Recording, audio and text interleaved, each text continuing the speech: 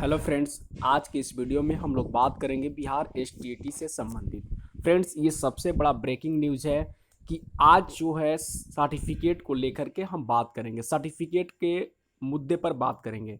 Friend, जैसा कि आप सभी लोग जानते हैं कि बिहार एसटीईटी एक जो है ज्वलंत मुद्दा बन चुका है, जिसमें मेरिट और नॉट मेरिट जो है दो पार्टों में जिसे डिवाइड कर दिया गया, और नॉट मेरिट वाले जो है बहुत ही काफ़ी मात्रा में उग्र हैं, वो भी सर्टिफिकेट वितरण को लेकर के।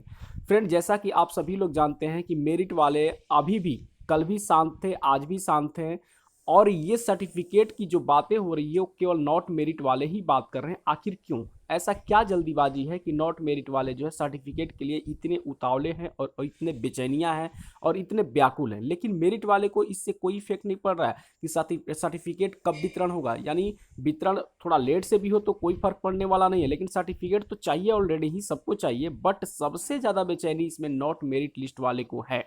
जैसा कि आप सभी लोग जान रहे हैं कि नॉट मेरिट वाले हमेशा जो है ये मेरिट वाले को आरोप लगाते रहते हैं कि ये लोग बैकडोर से आए हैं, चंदा दे करके आए हैं, पैसा दे करके आए हैं, इस वगैरह वगैरह बहुत सारी चीज़ें जो है लोग जो है ब्लेम लगाते रहते हैं और सबको बोलते रहते हैं। लेकिन जब मेरिट वाले नॉट मेरिट वाले को कुछ ब्लेम लगाते हैं तो उनकी फटती क्यों है?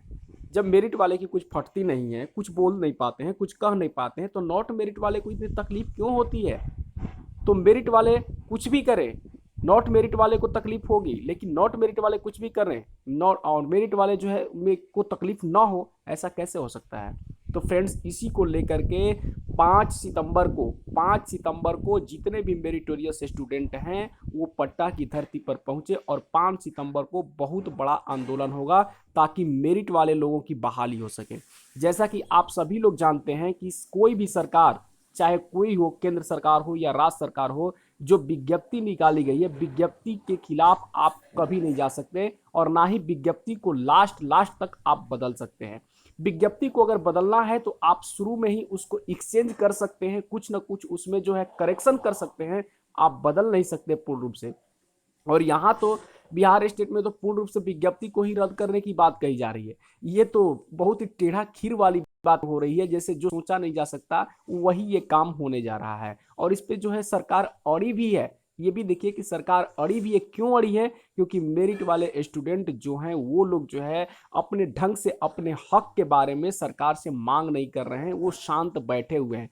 कहा जाता है ना कि बुड़बक का धन रहे तो चालाक खाने बिना नहीं मर सकता है। वही हाल आज यहाँ पे लागू होता है, क्योंकि मेरिट वाले जो है अपनी बुड़बकाही के चलते, चुपचाप बैठने के चलते जो है आज सरकार जो है मेरिट और नॉट मेरिट को इक्वल कर चुकी है। तो मेरिट वाले आप सभी लोग जगिए। आप देखिए, कल का निर्णय आया है बीपीएससी के लिए सहायक अभियोजन का जो है पदाधिकारी का, जो सहायक अभियोजन पदाधिकारी का जो लिखित जो परीक्षा था, उसमें जो है विज्ञप्ति में स्पष्टली कहा गया था कि 10 गुना रिजल्ट देंगे।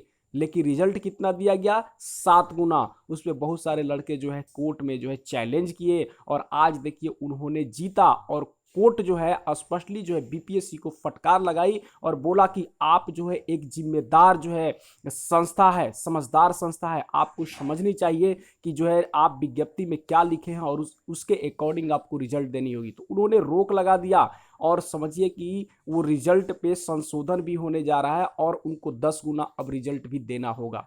तो आप समझ लीजिए कि विज्ञप्ति को कभी कोई बदल नहीं सकता, क्योंकि विज्ञप्ति ही हर चीज का एक जो है एलिजिबिलिटी होती है। चाहे आप फॉर्म फिलअप करने जाएं या आप जो है अपना क्वालिफिकेशन देख लें या कुछ भी देखना हो, तो आप विज्ञप्ति को ही देख करके फॉर्म भरते हैं, या जो कुछ भी काम करते हैं वो विज्ञप्ति के ही आधार पर काम करते हैं। आप जितने भी एसटीईटी का फॉर्म फिलअप किए होंगे, चाहे पेपर 1 का किए होंगे, चाहे पेपर 2 का किए होंगे, आप विज्ञप्ति को देख करके ही फॉर्म फिलअप किए होंगे, और विज्ञप्ति में ही लिखी थी कि आपकी क्वालिफिकेशन कितनी होगी, आप जो है कितने पैसे लगेंगे किस फॉर्म को फिलअप करने के लिए, पेपर 1 में कितने पैसे लगेंगे, पेपर 2 में कितने पैसे लगेंगे, या बोथ में कितने पैसे लगेंगे, ये सारे विज्ञप्ति में ही आपने देखी थी। एज के लिए जो बातें हुई थी वो भी आपने विज्ञप्ति में ही देखी थी। तो इसलिए फ्रेंड्स, आप विज्ञप्ति को इतना जो है रद्दी पेपर मत समझिए कि जब मन में आए तब विज्ञप्ति को आप बदल सकते हैं। जिस तरह संविधान का जो है मूल ढांचा है कभी बदला नहीं जा सकता,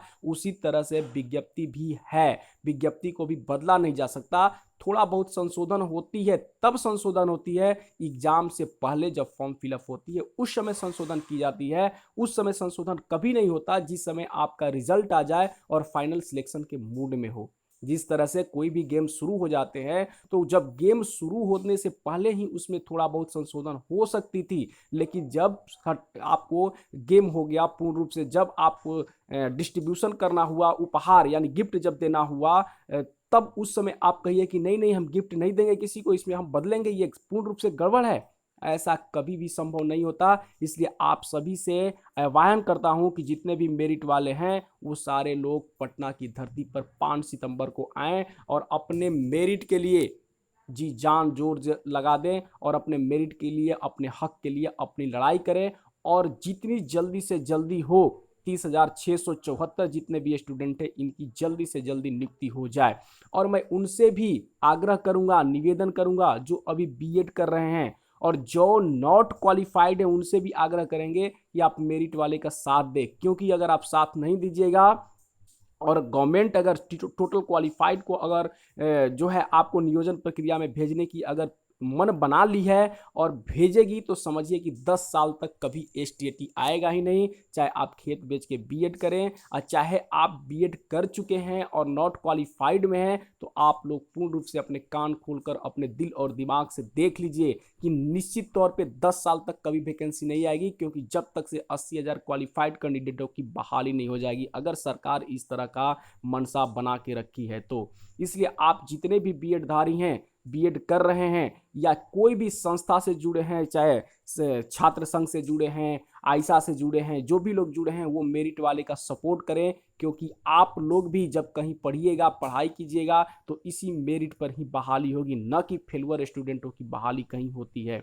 आप उठा के देख लीजिए, चाहे रेलवे का हो, चाहे बैंकिंग का हो, चाहे यूपीएससी का हो, बीपीएससी का हो, बिहार पुलिस का देख लीजिए, ग्रुप डी का देख लीजिए, उन्हीं की बहाली होती है जो मेरिटोरियस होते हैं। ऐसा थोड़ी होता है कि आप एग्जाम क्वालिफाइड कर लिया, फिजिकल में जाके जो अनफिट हो गए, फिजिकल में फेल हो गए तो आपको भी बहाली कर दी जाएगी और जो फिजिकल में पास है उन्हें भी बहाली कर दी जाएगी। क्या आपने ऐसा कभी सुना है? दरोगा का परीक्षा हो या बिहार पुलिस का परीक्षा हो या ग्रुप डी का परीक्षा हो या अदरवाइज कोई भी एग्जाम, कॉम्पिटिटिव एग्जाम हो, उसी तरह का बिहार एसटीईटी भी एक कॉम्पिटिटिव नेचर का ही एग्जाम था, क्वालिफाइड एग्जाम था। मतलब जो है ये जो है पात्रता परीक्षा थी, बट लेकिन ये जो है एक कॉम्पिटिटिव नेचर का था और विज्ञप्ति में स्पष्ट ही लिखा था कि जो मेरिटोरियस होंगे उन्हीं को सर्टिफिकेट वितरण किया जाएगा और वो आगे की प्रक्रिया में वही लोग भाग लेंगे। तो फ्रेंड्स, आप लोग अपने हक की लड़ाई को समझिए और अपनी जो है जिम्मेदारी को समझिए और आने वाली हमारे बिहार के जितने भी पीढ़ी है उसको जो है सुधारने का काम आप ही कर सकते हैं जो मेरिटोरियस होंगे। इसलिए जितने भी मेरिटोरियस हैं वो लोग पटना की धरती पर पहुंचे 5 सितंबर को, किसी भी कीमत पर 5 सितंबर को जहां भी हो वो पटना की धरती पर पहुंचे और सारे मेरिटोरियस का जॉब हो, जितना जल्दी से जल्दी जॉब हो, हम यही चाहेंगे और जितने भी मेरिट वाले हैं सब यही चाहेंगे।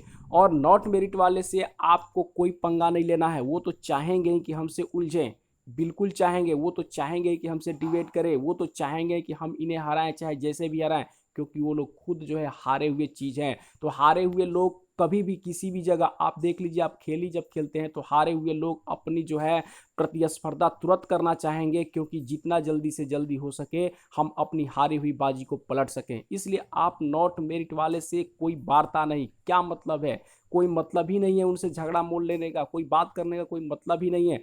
आपको लड़ाई सिर्फ सरकार से लड़नी है और मेरिटोरियस की बात करनी है, किसी भी कीमत पर मेरिटोरियस की बहाली हो, सिर्फ यही चाहिए। और आप सभी लोग 5 सितंबर को पटना की धरती पर पहुंचे और केवल मेरिट की बात हो और मेरिट वाले स्टूडेंट की बहाली हो, मेरिट वाले शिक्षक की बहाली हो, ताकि आने वाली बिहार का फ्यूचर भी मेरिटोरियस बन सके।